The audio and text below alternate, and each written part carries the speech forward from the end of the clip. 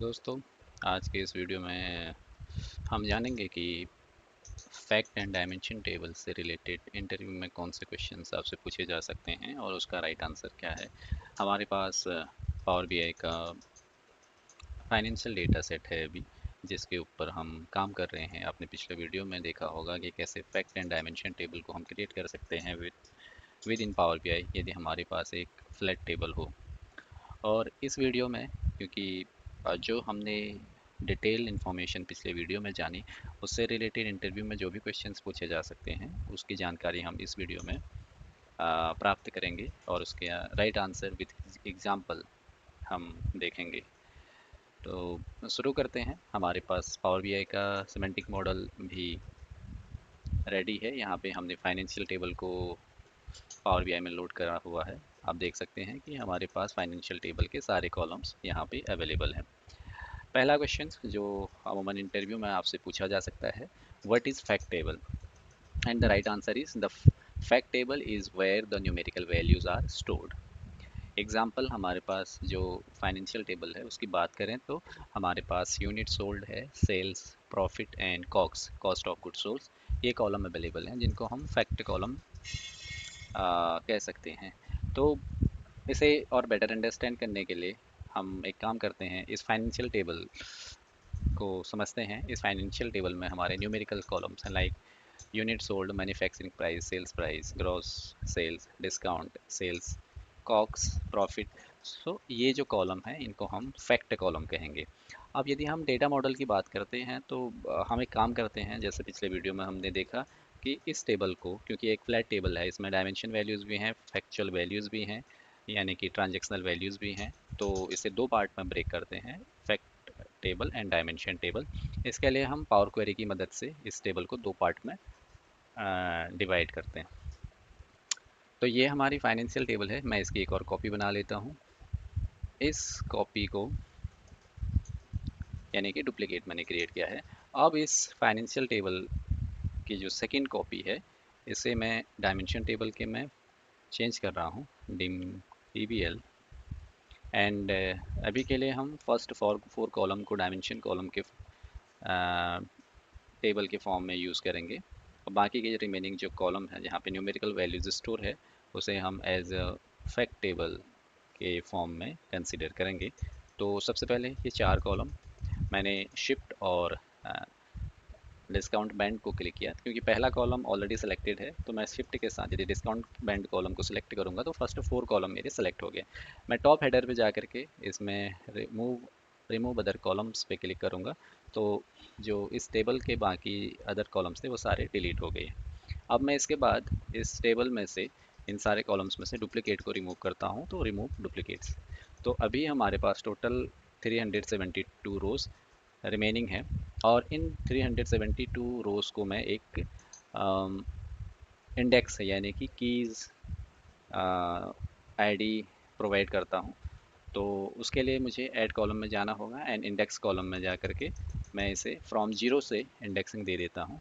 तो मेरे पास अभी ये इंडेक्सिंग कॉलम आ गया है, जो कि यूनिकनेस, अगर हम चार कॉलम को कंबाइंड करके इसकी वैल्यू को देखेंगे तो इन चार कॉलम का कोई डुप्लीकेट नहीं है। आपको may be government multiple time दिख सकता है, बट इस चारों कॉलम को जब हम कंसिडर करेंगे तो ये अपने आप में एक यूनिक कॉलम है। तो इसे मैं की कॉलम्स दे देता हूँ। ठीक उसी प्रकार इस की को मैं फाइनेंशियल टेबल में इनेबल करता हूँ पहले। तो इसके लिए मुझे मर्ज क्वेरी को यूज़ करना होगा। तो होम पेज में हम मर्ज क्वेरी पे क्लिक करते हैं, एंड क्योंकि हम जो रिलेशनशिप बिल्ड कर रहे हैं वो चार कॉलम के बेसिस पे कर रहे हैं, तो मैं segment, country, product and discount, ये कॉलम को मैंने फाइनेंशियल टेबल से कंसीडर किया, एंड डिम टेबल से भी अगेन मैं इन चार कॉलम को कंसीडर कर रहा हूँ। आप देख सकते हैं यहाँ पे सीक्वेंसिंग 1 2 3 4 है। सेम सीक्वेंसिंग हमें यहाँ पे भी रखनी होगी इस की कॉलम को इसमें इनेबल करने के लिए। तो मैं ओके पे क्लिक करूँगा, क्योंकि मैं ऐड कॉलम वाले पार्ट से मैंने इंडेक्सिंग मैंने मर्ज क्वेरी की मदद से इस कॉलम को डायमेंशन टेबल से फैक्ट टेबल में इनेबल किया है। तो मैं एक काम करता हूँ, यहाँ से की कॉलम को मैं इनेबल करता हूँ। तो मैंने की कॉलम यूज़ किया यहाँ पे, एंड ये की कॉलम मेरी डायमेंशन टेबल से फैक्ट टेबल में आ चुकी है। अभी ये फैक्ट टेबल नहीं है, ये एक फाइनेंशियल टेबल है। अब मैं इस टेबल में से जो न्यूमेरिकल वैल्यूज़ हैं उन्हीं कॉलम को सिर्फ कंसीडर करूँगा। तो यूनिट सोल्ड से लेकर के हमारा प्रॉफिट तक का जो पार्ट है इसे, एंड लास्ट जो कॉलम है इसे कंट्रोल सेलेक्ट किया मैंने, राइट क्लिक किया एंड रिमूव अदर कॉलम मैंने हटा दिया। और इस टेबल को मैं फैक्ट टेबल लिख देता हूँ, फैक्ट टीबीएल, है ना। तो जो फाइनेंशियल टेबल थी वो दो पार्ट में ब्रेक हो गई है अभी यहाँ पे, एक फैक्ट टेबल और एक डायमेंशन टेबल। अब आप देख सकते हैं यहाँ पे दो टेबल्स हैं हमारे पास, डिम टेबल यानी कि डायमेंशन टेबल, फैक्ट टेबल यानी कि जिसमें हमारा न्यूमेरिकल वैल्यूज रिकॉर्ड है, की एक हमारा कॉलम है जो दोनों टेबल को कनेक्ट करने के लिए यूज़ किया जाएगा आगे। तो पहला क्वेश्चन इंटरव्यूअर ने पूछा आपसे, यदि what is the fact table, तो इसका आंसर है the fact table is where the numerical values are stored.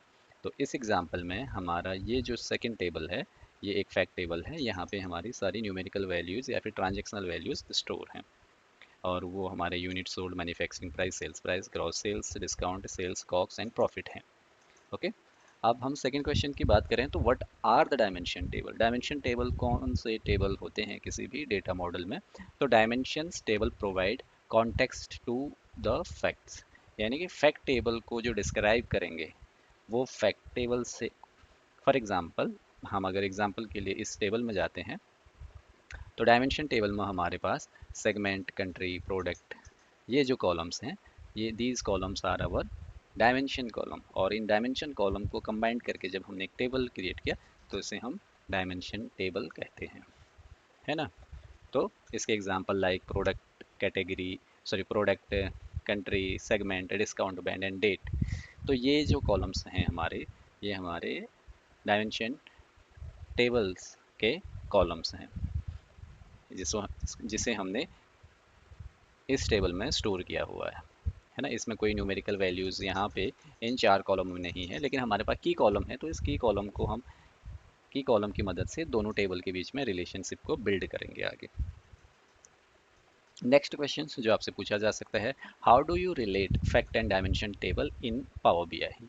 तो आपसे ये एक हमारे पास ये दो टेबल हैं, फैक्ट एंड डायमेंशन, आप कैसे बताएंगे कि ये टेबल फैक्ट टेबल है, ये डायमेंशन टेबल है। तो इसके लिए जब हम कभी भी किसी भी पावर बाय रिपोर्ट के डेटा मॉडलिंग में जाते हैं तो वहाँ पे आप देखेंगे कि अभी मैं एक काम करता हूँ, इन दोनों टेबल के बीच में एक रिलेशनशिप को बिल्ड कर लेता हूँ।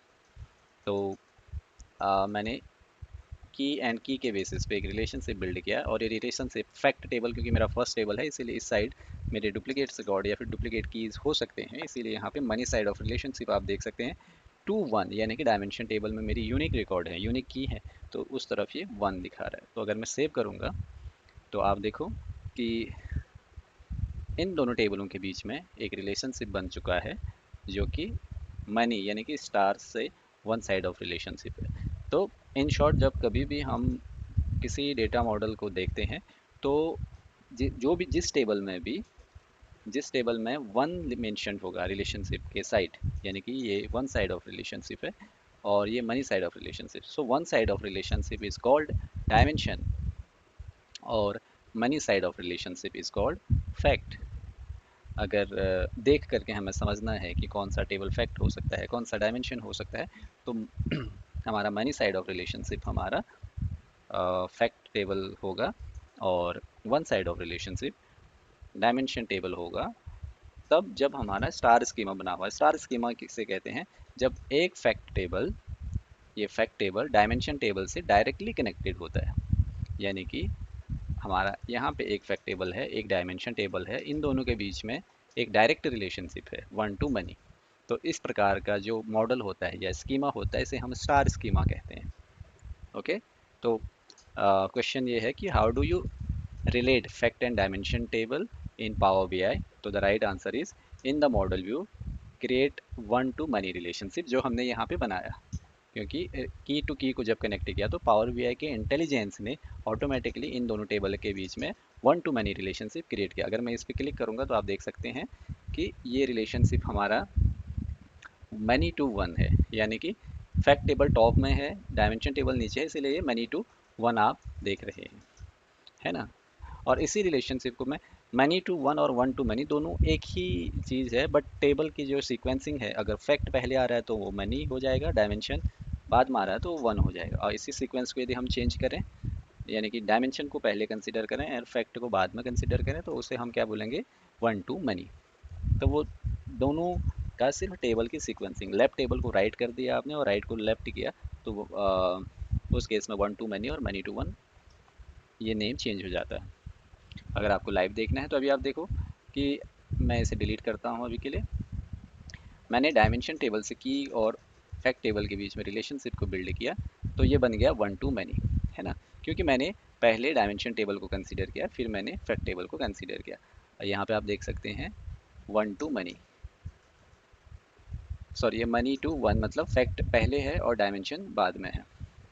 अब इसको डिलीट करते हैं, मैं इसको दोबारा से डिलीट करता हूँ एंड इसको की को की के साथ यहाँ पे कन्वर्ट करता हूँ, तो ये मनी टू वन। आप यहाँ पे देख सकते हैं कि वो जो नेमिंग कन्वेंशन था वो चेंज हो गया है कि नहीं। मतलब हम इन शॉर्ट कौन सा टेबल हम पहले कंसीडर कर रहे हैं। अभी मैंने फैक्ट को पहले कंसीडर किया, डायमेंशन को बाद में कंसीडर किया, तो ये मैनी टू वन हो गया। और अगर मैं इसे डिलीट करके डायमेंशन को पहले कंसीडर करूं और फैक्ट को बाद में यूज़ करूँ, तो ये वन टू मैनी हो गया। तो ये नेम सिर्फ just left and right table का को चेंज करने पे ये नेम चेंज होता है, अदरवाइज दोनों एक ही समान है। नेक्स्ट क्वेश्चन, इसमें देखिए the dimension table has unique value to one side of relationship, the fact table contains foreign key to money side of relationship. Next question, what is granularity of the fact table. So granularity basically ये होता है कि जो हमारा table है उसमें जो lowest level की जो इन्फॉर्मेशन है वो किस लेवल की है कि नहीं। तो फॉर एग्जांपल हमारा ये एक फैक्ट टेबल है, तो फैक्ट टेबल में जो हमारी इन्फॉर्मेशन है ये की कॉलम हमारे चार कॉलम के कॉम्बिनेशन से बना है, segment, country, product and discount band. तो लोएस्ट जो ग्रैनुलरिटी की बात करेंगे तो हमारे पास सेगमेंट लेवल पे, कंट्री लेवल पे, प्रोडक्ट लेवल पे और डिस्काउंट लेवल की इन्फॉर्मेशन है कि नहीं। अगर यहाँ पे एक हरारकी होगी, for example year hierarchy, month hierarchy, मैं जस्ट एक एग्जांपल दे रहा हूँ, ईयर, मंथ, क्वार्टर और डेट या डे, तो उस केस में जो लोवेस्ट लेवल की जो लोवेस्ट ग्रैनुलरिटी होगी वो डे लेवल, क्योंकि जो इन्फॉर्मेशन फैक्ट टेबल में स्टोर हो रही है वो डे लेवल की हो रही है। अब इस केस में हम कह सकते हैं कि जो ग्रैनुलरिटी है वो डिपेंड करेगा इन चार कॉलमों के कॉम्बिनेशन पे, है ना। जो यूनिकनेस आप देख सकते हैं, तो हमारे पास segment, country, product and discount band level की ग्रैनुलरिटी यहाँ पे अब है। अब इसकी डेफिनेशन की अगर हम बात करें तो the level of detail store in a table, specially the fact table, that means the granularity is product plus country plus segment plus date level की हमारी ग्रैनुलरिटी हो सकती है। And the final question here is, what is a star schema? Why it is preferred in Power BI? So a star schema is a data model where a center means fact table with numbers like sales, profit is connected to multiple dimension table like product, date, country. Why it is preferred in Power BI? Because it's simple, fast and easy to understand. Power BI perform better with star schema for creating relationship, writing decks and building report. It simply means that अगर हम ये model view को open करते हैं, तो जब कभी भी फैक्ट टेबल डायमेंशन टेबल से डायरेक्टली कनेक्टेड होता है तो उसे हम स्टार स्कीमा कहते हैं। क्योंकि अभी हमारे पास एक ही टेबल है तो ये स्टार फॉर्मेशन टाइप से नहीं देख रहे हैं आप, बट जब हमारे पास फॉर एग्जांपल मल्टीपल टेबल्स हों, सो फॉर एग्जांपल हमारे पास एक कंट्री का एक टेबल है, प्रोडक्ट का एक और टेबल है, सेगमेंट का एक टेबल है और डेट का एक टेबल है, तो ये एक स्टार टाइप से फॉर्म करेगा, तो उसे हम स्टार स्कीमा कहते हैं। बट अगर हम सिंगल टेबल, एक फैक्ट टेबल है, एक डायमेंशन टेबल भी है, उन दोनों को हमने डायरेक्टली कनेक्ट कर दिया, तो इसे भी हम स्टार स्कीमा ही कहते हैं। और ये फास्ट है, ईजी टू यूज़ है एंड ईजी टू अंडरस्टैंडेबल है। तो अभी हम डायमेंशन टेबल को डायरेक्टली अगर आप देखें, अगर हम रिपोर्ट व्यू मैं क्रिएट करता हूँ, मैं एक टेबल मैंने कंसिडर किया एंड डायमेंशन टेबल से मैंने फॉर एग्जांपल कंट्री कॉलम को ड्रैग एंड ड्रॉप किया एंड फैक्ट टेबल से मैं सेल्स कॉलम को ड्रैग किया, तो ये डायरेक्टली और इजीली हमें आंसर यहाँ पे दिख गया है कि हर एक कंट्री के अगेंस्ट में हमारी कितनी सेल हुई है ना। तो ये सिंपल पावर बीआई से रिलेटेड या फिर फैक्ट एंड डायमेंशन से रिलेटेड क्वेश्चंस एंड उसके आंसर हैं। आई होप आपको ये वीडियो अच्छी लगी होगी। इन केस आपको कोई डाउट है तो प्लीज़ कमेंट बॉक्स में आप अपने क्वेश्चंस रख सकते हैं। मैं आपके क्वेश्चंस के आंसर इमिडिएटली करने की कोशिश करूँगा। And thank you so much for being here. Have a great day ahead.